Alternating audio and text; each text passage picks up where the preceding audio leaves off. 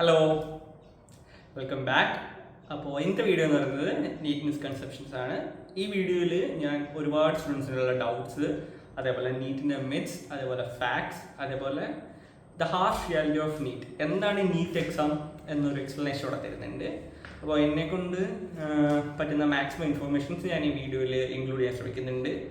If you are a NEET aspirant, you must watch this video. നിങ്ങൾക്ക് എന്തായാലും ഉപകാരപ്പെടും. Okay, so വീഡിയോയിലേക്ക് കിടക്കാം.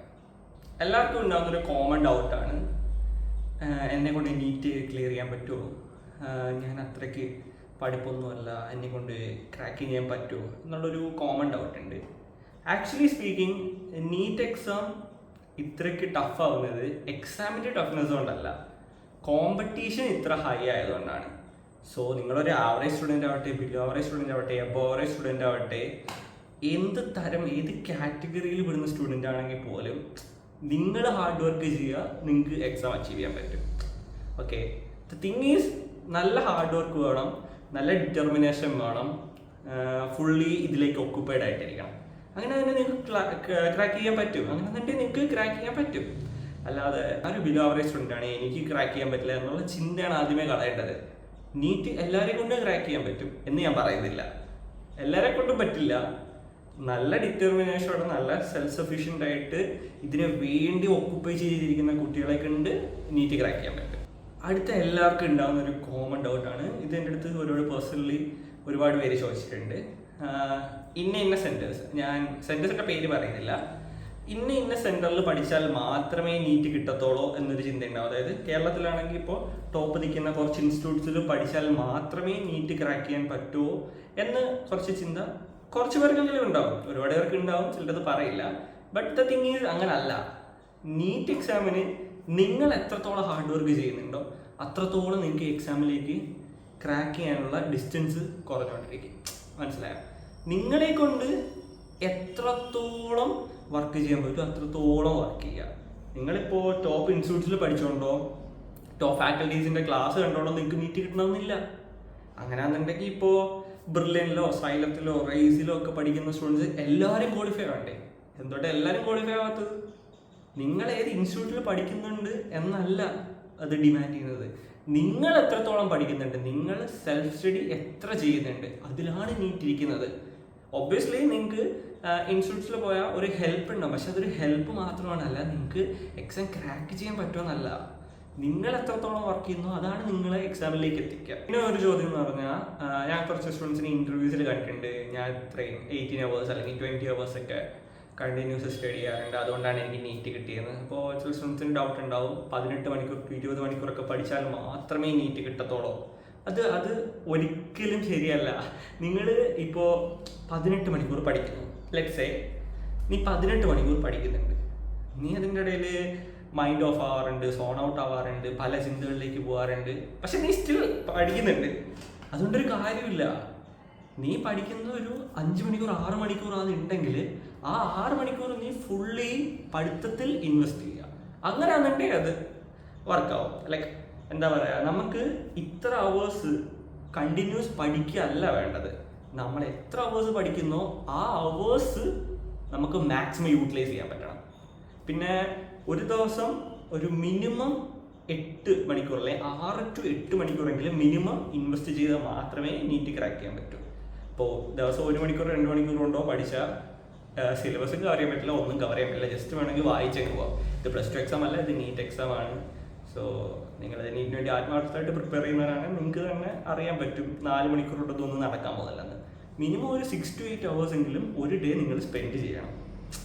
18 to 20 മണിക്കൂറൊന്നും പഠിക്കണമെന്ന് ഞാൻ പറയുന്നില്ല, കാരണം അത്ര ഒന്നും പഠിക്കാൻ പറ്റുമെന്ന് എനിക്ക് തോന്നുന്നില്ല. കാരണം 4 മണിക്കൂർ ഉറക്കവും ടോട്ടൽ 24 മണിക്കൂറല്ലേ ഉള്ളൂ. അതൊന്നും I don't think that's really possible. ഒരു 6 to 8 hours എങ്കിലും മിനിമം നിങ്ങൾ സ്പെൻഡ് ചെയ്യണം ഒരു ദിവസം. 15 മണിക്കൂർ പഠിക്കുന്നത് നല്ലതാണ്, 18 മണിക്കൂർ പഠിക്കുന്നത് നല്ലതാണ്. നിങ്ങൾക്ക് ഇരിക്കാൻ പറ്റുമെങ്കിൽ അത്ര ഇരിക്കുക. പക്ഷേ നിങ്ങൾ 18 മണിക്കൂർ കൺസിസ്റ്റൻ്റ് ആയിട്ട് പഠിച്ചു എന്ന് വെച്ചിട്ട് നിങ്ങൾക്ക് നീറ്റ് കിട്ടാവുന്നില്ല. നിങ്ങൾ എത്ര മണിക്കൂർ പഠിക്കുന്നുണ്ടോ അത് മാക്സിമം എഫക്റ്റീവായിട്ട് പഠിക്കാൻ നോക്കുക. പിന്നെ കൺസിസ്റ്റൻസിയാണ് കീ ഫാക്ടർ. ഇപ്പോൾ ജിമ്മിൽ പോകുന്നവരാണെങ്കിൽ അറിയാം, കൺസിസ്റ്റൻസിയിലേ കാര്യമുള്ളൂ. നിങ്ങൾ എത്ര വർക്കൗട്ട് ചെയ്യാൻ വേണ്ടി എത്ര ലോഡ് എടുത്താലും എത്ര വെയിറ്റ് കൂട്ടിയെടുത്താലും കാര്യമില്ല, consistency is the key factor. അതേ സെയിം സാധനമാണ് നമുക്ക് നീറ്റ് എക്സാമിൽ വരുന്നത്. നിങ്ങൾ എത്രത്തോളം നോട്ട്സ് ഉണ്ടാക്കുന്നു, ക്ലാസ്സസ് കാണുന്നു, ഓൺലൈൻ കാണുന്നു, ഓഫ്ലൈൻ കാണുന്നു, ക്ലാസ് അറ്റൻഡ്, അതൊന്നും ഒരു കാര്യമില്ല. റിയാലിറ്റി എന്ന് പറഞ്ഞാൽ നിങ്ങൾ സ്വയം കുറച്ച് എഫേർട്ട് ഇടുക, കൺസിസ്റ്റൻ്റ് ആയിട്ട് വർക്ക് ചെയ്യുക. കൺസിസ്റ്റൻസി ഇല്ലാതെ ഒന്നും നടക്കാൻ പോകുന്നില്ല. B consistent and persistent. അടുത്ത ഒരു ചോദ്യം ഞാൻ ശ്രദ്ധിച്ചിട്ടുള്ളത്, ലക്ക് ഒരു ഫാക്ടർ ആണോ എന്നാണ്. ഞാൻ ഉറപ്പിച്ച് പറയാം, ലക്ക് ഒരു ഫാക്ടർ ആണ് നീറ്റ് എക്സാമിൽ. ലക്കെന്ന് ഞാൻ ഉദ്ദേശിച്ചത് നിങ്ങൾക്ക് നീറ്റ് കിട്ടത്തില്ല എന്നുള്ള ലക്കല്ല. ലക്കെന്ന് ഞാൻ ഉദ്ദേശിച്ചത്, നിങ്ങൾ ക്വസ്റ്റ്യൻസ് വർക്കൗട്ട് ചെയ്യുന്നു, ക്വസ്റ്റ്യൻസ് ഇങ്ങനെ വർക്കൗട്ട് ചെയ്ത് വർക്കിട്ട് ഒരു 10,000-3000 ക്വസ്റ്റ്യൻസ് ഒക്കെ വർക്കൗട്ട് ചെയ്തെന്ന് വെച്ചോ. അപ്പോൾ നിങ്ങൾക്കൊരു പാറ്റേൺ കിട്ടും, അല്ലെങ്കിൽ നിങ്ങൾക്കൊരു മെത്തേഡ് കിട്ടും. ഒരു ക്വസ്റ്റ്യനെ എങ്ങനെ അപ്രോച്ച് ചെയ്യാം, ആ ക്വസ്റ്റ്യൻ ഇങ്ങനെ ചെയ്ത് നമുക്കിത് കിട്ടും. അവിടെ ഡിവൈഡ് ചെയ്യണം, അവിടെ മൾട്ടിപ്ലൈ ചെയ്യണം, ലൈക്ക് ആ ഒരു ഐഡിയ നമുക്ക് കിട്ടും ഈ ക്വസ്റ്റ്യൻസ് വർക്കൗട്ട് ചെയ്യുന്നതിലൂടെ. അങ്ങനെയുള്ള ഗുണം എന്ന് വെച്ചാൽ നമുക്കിപ്പോൾ നീറ്റ് എക്സാം ഹോളിൽ 180 ക്വസ്റ്റ്യൻസ് ഉണ്ട്. അതിൽ ഒരു 90 ക്വസ്റ്റ്യൻസ് വരെ നമുക്ക് ഈ നമ്മൾ കണ്ടു മറന്ന ഒരു ഐഡിയ വെച്ചിട്ട് ചെയ്യാൻ പറ്റും. അതാണ് ലക്ക്. നിങ്ങൾ കണ്ട ക്വസ്റ്റ്യൻസ് വന്നാൽ നിങ്ങൾക്ക് പെട്ടെന്ന് എഴുതാം, ടൈം ലാഭിക്കാം. നീറ്റിലെ ഏറ്റവും ഇമ്പോർട്ടൻറ്റ് കാര്യം ടൈമാണെന്ന് അറിയാമല്ലോ. സോ നിങ്ങൾ കണ്ട ക്വസ്റ്റ്യൻസ് ഉണ്ട്, അല്ലെങ്കിൽ നിങ്ങൾ പ്രാക്ടീസ് ചെയ്ത ക്വസ്റ്റ്യൻ മെത്തേഡ്സ് ഉണ്ടെങ്കിൽ നിങ്ങൾക്ക് ആ മെത്തേഡ് യൂസ് ചെയ്തിട്ട് ആ ക്വസ്റ്റ്യനെ പെട്ടെന്ന് അപ്രോച്ച് ചെയ്ത് എഴുതിയെടുക്കാൻ പറ്റും. അപ്പോൾ 1 മിനിറ്റ് പോലും ഒരു ക്വസ്റ്റ്യന് സ്പെൻഡ് ചെയ്യേണ്ട ആവശ്യം വരുന്നില്ല. ബയോളജിക്ക് ആണെങ്കിൽ നമുക്ക് ഉറപ്പായിട്ടും അറിയാം, ഒരു ക്വസ്റ്റ്യന് ഒരു 30 സെക്കൻഡ്സ് ഒക്കെ മാക്സിമം കൊടുത്താൽ മതി. നമ്മൾ ബയോളജിയിൽ ടൈം കുറച്ച് സ്പെൻഡ് ചെയ്യുമ്പോൾ നമുക്ക് ആ ടൈം ബാക്കിയുള്ളതെല്ലാം ഫിസിക്സിൽ യൂസ് ചെയ്യാൻ പറ്റും. അപ്പോൾ നിങ്ങൾ കണ്ട ക്വസ്റ്റ്യൻസ് വരുമെന്നുണ്ടെങ്കിൽ നിങ്ങൾക്ക് പെട്ടെന്ന് ചെയ്തിട്ട് അടുത്ത ക്വസ്റ്റ്യനിലേക്ക് പോകാൻ പറ്റും. അപ്പോൾ ലക്ക് ഒരു ഫാക്ടർ ആണെന്ന് വെച്ചാൽ ലക്ക് ഒരു ഫാക്ടറാണ്. എങ്ങനെ ഈ രീതി നോക്കുകയെന്നുണ്ടെങ്കിൽ, അല്ലാതെ നിങ്ങളെന്താ മറ്റേ 4 ഇതിലുള്ള പൂവൊക്കെ കൈ വെച്ചിട്ട് പോയാൽ നീറ്റ് കിട്ടുന്നൊന്നുമില്ല. അങ്ങനെ കുറേ മിസ്കൺസെപ്ഷൻസ് ഉണ്ട്. അപ്പോൾ ലക്ക് ഒരു ഫാക്ടറാണ്. എവിടെ നിങ്ങൾ കണ്ട ക്വസ്റ്റ്യൻസ് വീണ്ടും വന്നാൽ നല്ലത്. സോ ലക്ക് ഒബ്വിയസ്ലി ഒരു ഫാക്ടറാണ്. പിന്നെ ഞാൻ ഒരു ക്വസ്റ്റ്യൻ ഇങ്ങനെ കണ്ടിട്ടുള്ളത്, ഗവൺമെൻറ് സ്കൂളിൽ പഠിച്ചിട്ട് നീറ്റ് ക്രാക്ക് ചെയ്യാൻ പറ്റുമോ ചേട്ടാ എന്ന് ഞാൻ കുറേ ക്വസ്റ്റ്യൻസ് കേട്ടിട്ടുണ്ട്.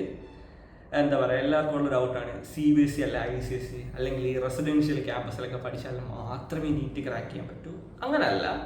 നിങ്ങളിപ്പോൾ CBSEയിലോ ICSEയിലോ റെസിഡൻഷ്യൽ ക്യാമ്പസിലോ ആണ് പഠിക്കുന്നതെന്നുണ്ടെങ്കിൽ നിങ്ങൾക്ക് NCERT ആയിട്ട് കുറച്ചുകൂടെ ലൈക്ക് എന്താ പറയുക ഒരു കണക്റ്റ് കിട്ടും. NCERT ആയിട്ട്. ഇപ്പോൾ ഗവൺമെൻറ് സ്കൂളാണെന്നുണ്ടെങ്കിൽ നമുക്കറിയാം, ഞാൻ ഗവൺമെൻറ് സ്കൂളിലാണ് പഠിച്ചത്. സോ എനിക്കറിയാം, നമ്മൾ NCERT വലിയ ഫോക്കസ് കൊടുക്കില്ല, സ്കൂളിലും കൊടുക്കില്ല, പിള്ളേരും കൊടുക്കില്ല. കാരണം നമുക്ക് ആവശ്യമായിട്ടുള്ള കാര്യങ്ങൾ അതിൽ നിന്ന് ലൈക്ക് ആ പാരഗ്രാഫിൽ ഇത്ര പോയിന്റ്സ് ആവശ്യമുണ്ടെങ്കിൽ അത് നമ്മൾ ഷോർട്ട് നോട്ട് ഉണ്ടാക്കുക, അല്ലെങ്കിൽ നമ്മൾ എങ്ങനെയെങ്കിലും അത് പഠിച്ചു വെച്ചിട്ട് പോകുന്നത്. NCERT ആയിട്ട് നമുക്കൊരു വലിയ കോൺടാക്ട് ഉണ്ടാവുന്നില്ല ഗവൺമെൻറ് സ്കൂളിൽ. പക്ഷേ CBSE ICSE റെസിഡൻഷ്യലോ ഒക്കെ ആണെന്നുണ്ടെങ്കിൽ NCERT ആയിട്ട് നല്ലൊരു കോൺടാക്ട് ഉണ്ടാവും. പക്ഷേ അത് ഒരിക്കലും ഡിപ്പെൻഡ് ചെയ്യില്ല നിങ്ങൾക്ക് നീറ്റ് ക്രാക്ക് ചെയ്യാൻ പറ്റുമില്ല എന്നുള്ള. നിങ്ങൾക്ക് ഓക്കെ NCERT ആയിട്ട് ഒരു ടച്ച് ഉണ്ട്. സോ പിന്നെ തുറക്കുമ്പോൾ എളുപ്പമായിരിക്കും, NCERT എങ്ങനെ വായിക്കണമെന്നൊക്കെ മനസ്സിലാവും. പക്ഷേ എന്ന് വെച്ചിട്ട് നിങ്ങൾക്ക് നീറ്റ് കിട്ടണമെന്നില്ല. ഗവൺമെൻറ് സ്കൂളിൽ പഠിച്ച് എത്ര ഡോക്ടേഴ്സ് ഇപ്പോൾ മെഡിക്കൽ കോളേജിലുണ്ട്.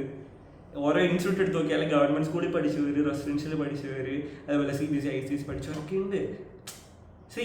നമുക്ക് ഏത് സ്കൂളിൽ പഠിച്ചു എന്നുള്ളതല്ല, നമ്മൾ എന്ത് പഠിക്കുന്നു, നമ്മൾ എങ്ങനെ പഠിക്കുന്നു, നമുക്ക് കിട്ടിയ പാഠങ്ങൾ അല്ലെങ്കിൽ നമ്മൾ എത്രത്തോളം അതിനെ മനസ്സിലാക്കി സ്റ്റഡി ചെയ്ത് നമ്മൾ അതിനെ എക്സ്പ്ലോർ എങ്ങനെ ചെയ്യുന്നു എന്നുള്ളതിലാണ് കാര്യം. സോ ഏത് സ്കൂളിൽ പഠിച്ചാലൊന്നും വലിയൊരു കാര്യമല്ല. പിന്നെ ഒരു ക്വസ്റ്റ്യൻ കേട്ടിട്ടുള്ളത്, എന്താ പറയുക, ഈ ഇന്ന ഗൈഡ്സ് ഫോളോ ചെയ്ത്, അതായത് എറർലെസ്, DC പാണ്ഡെ, MTG പോലുള്ള ഗൈഡ് ഫോളോ ചെയ്താൽ മാത്രമേ നീറ്റ് കിട്ടൂ എന്ന് കുറച്ച് പേർക്ക് അതിൽ ഡൗട്ട് ഉണ്ടാവും. അതൊക്കെ വെറുതെ ആണോ? അങ്ങനൊന്നും ഒരു കാര്യമില്ല. നമ്മുടെ ബൈബിൾ ഓഫ് നീറ്റ് എന്ന് പറയുന്നത് എന്താണ്? NCERT ടെക്സ്റ്റ് ആണ്. NCERT text physics, chemistry, biology പക്കയായിട്ട് പഠിക്കുക.